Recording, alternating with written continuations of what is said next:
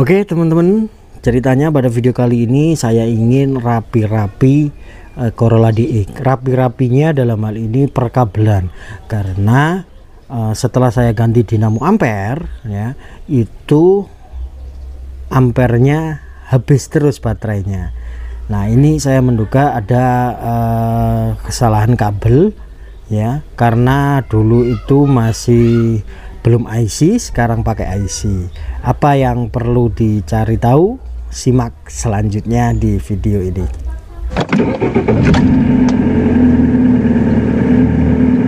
Oke teman-teman, mungkin saya sudah lama tidak membuat video jalan bareng Corolla DX karena memang pasca restorasi ya, itu kemarin mobil belum tak ajak jalan sama sekali ya, karena saya ganti dinamo ampere, yang dinamo ampernya memang sudah lemah dulu. Saya buka, saya cek, dan saya memilih upgrade ke dinamo ampere yang sudah IC.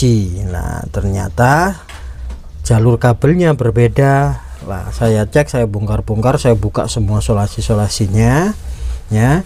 Ini soket yang originalnya ini enggak difungsikan. Nanti akan coba saya cek juga ini masih bisa difungsikan apa enggak. Kalau masih bisa, ini nanti saya fungsikan. Nah kemudian saya mau melepas ini ya. Ini kan ini ada fuse tambahan di luar di sini. Ini untuk untuk dinamo starter.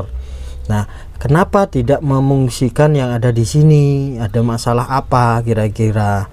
Nah ini kan juga relay ya, ada tempat relay 1 2 3 4 5 ya. Daripada gini, ini kan nanti membuat kabel-kabel nggak rapi, jemper-jemperan seperti ini.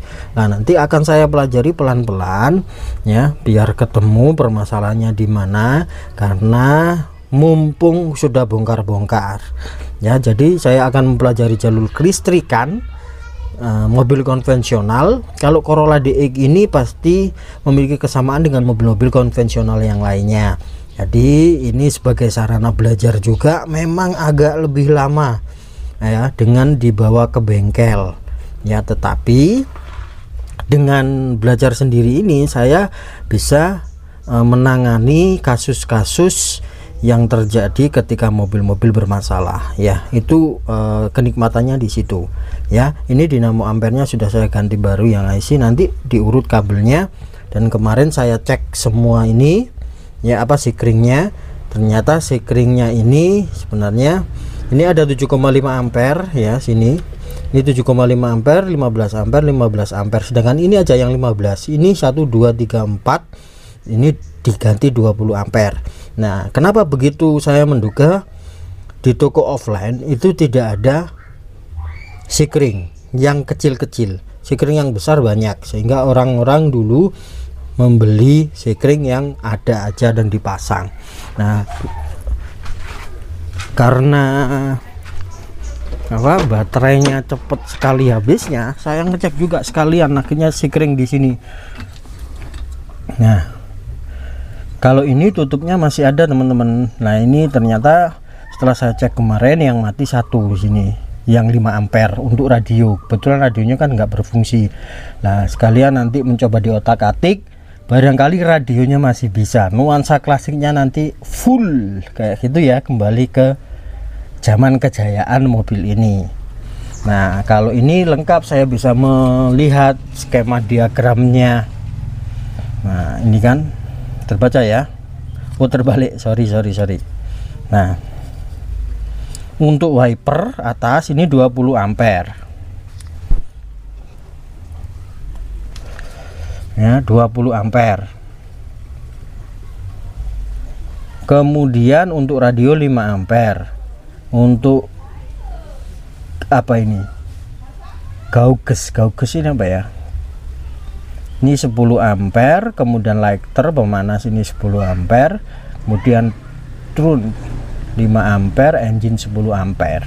Nah ini dalam bahasa Inggris saya agak buruk teman-teman ya. Jadi ini 5 ampere, 10 ampere, 10 ampere, 20 ampere, 5 ampere. Kita cek dulu ya keberadaan yang ada di sini soketnya,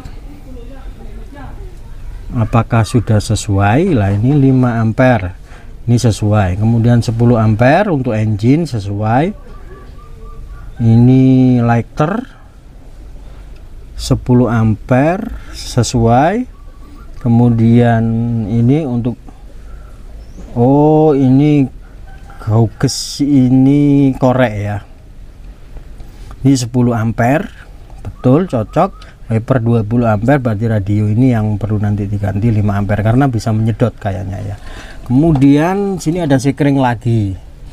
Nah ini sekring yang lumayan besar 30 ampere, di sini mati ya. Kemudian di sini ada 15 ampere, 7,5 ampere ini mati juga. Nah ini mungkin salah satu penyebabnya kenapa kemarin itu baterainya tersedot dengan cepat habisnya.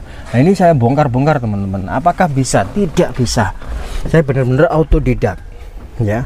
Ini saya bongkar semuanya lah. Ini yang kemarin terbakar ya waktu restorasi.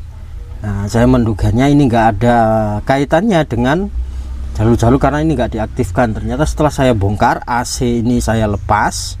Nah ini kan ada apa namanya, evapnya ada di sini, saya lepas. Kemudian ini jalur perkabelan AC-nya ya, dan ternyata ini nyambung, masih nyambung. Nah kalau nyambung berarti jalur kelistrikan masih lewat sini. Nah ketakutan saya kemarin sikring-sikring itu mati akibat ini ya, karena ini terbakar ya. Nanti akan saya rapikan semuanya, saya pelajari pelan-pelan karena saya juga sudah menyediakan beberapa alat manual seperti cek kelistrikan ya. Ini cek manual pakai lampu ya, dengan pakai lampu biasa teman-teman, lampu untuk sen atau lampu untuk dashboard itu. Nah ini saya beri kabel main plusnya. Nah ini untuk ngecek jalur kelistrikan kalau teman-teman nggak punya apa yang namanya tespen DC ya. Tespen DC itu murah juga. Nah kebetulan karena kemarin saya beli lampu dashboard, sisa masih banyak, ini dimanfaatkan. Nah kalau sekilas dari kabelnya yang ada di sini ini masih bagus ya, jadi mungkin diurut lagi.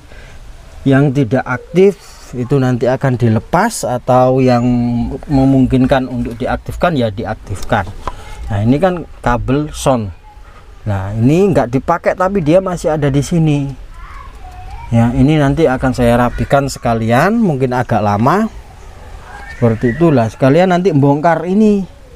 Nah ini kan nggak bisa, ini apa namanya, kontak ini. Nah seharusnya ini kan nanti ada off, kemudian ya ada off ya, kemudian ACC, kemudian nah ini ignition di sini ya, kemudian start. Nah jadi ini hanya dua, berhenti di ACC ya. Otomatis aksesoris tetap berjalan saat ini ya, dalam kondisi ini. Nah ini akan cukup berpengaruh juga. Ini biasanya gigi-giginya di dalam sini ini ada yang sudah aus sehingga dia nggak bisa off. Nah ini sekalian nanti dirapikan, dicek, saya bongkar semuanya.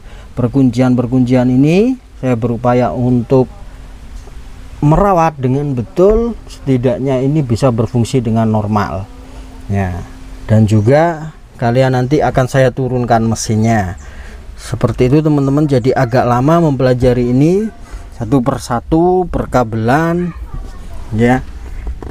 Nah ini masih originalnya bawaannya ini ya. Ini karena kenapa? Karena Corolla DX sistem perkontakannya ada 1 2 3 4 5 6. Nah ini masih 6 jalur.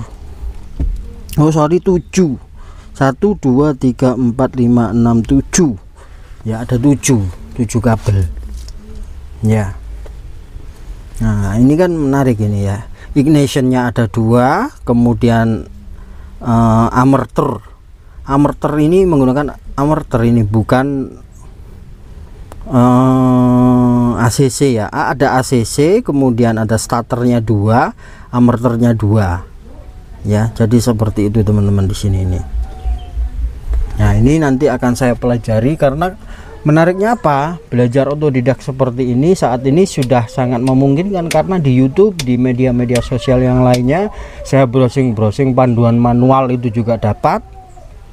Nah, ini yang membuat saya termotivasi untuk mempelajari lebih dalam tentang otomotif. Ya, ini kan ditutup, ini jalur angin ini ditutup. Ya, ini nanti akan saya buka, saya fungsikan semuanya. Saya garap pelan-pelan teman-teman. Jadi seperti itu kondisinya. Ini sudah nggak jalan ini 2 bulan, tapi mesin masih nyala. Ya, ini sekalian nanti akan saya turunkan mesinnya. Apakah sudah pernah menurunkan mesin? Belum. Saya akan belajar di sini karena saya sudah ada tutorial, kemudian ada buku panduan juga. Nah, itu akan saya pelajari pelan-pelan. Dan teman-teman kalau memang berani punya alatnya, kebetulan saya alat-alat saya sudah lengkap, saya persiapkan, bahkan part untuk menurunkan mesin separuh atau menurunkan bagian atasnya saja ini sudah saya beli. Jadi seperti itu. Di video selanjutnya akan saya infokan kembali terkait penurunan mesin ini, bagaimana prosesnya dan saya belajarnya dari mana, nanti akan saya infokan di video selanjutnya. Terima kasih, jangan lupa like, share, dan juga subscribe bagi teman-teman yang baru bergabung, dan silakan dibagikan bila video ini bisa menginspirasi teman-teman. Ya, cukup sekian dari saya, Syakri. Wassalamualaikum warahmatullahi wabarakatuh.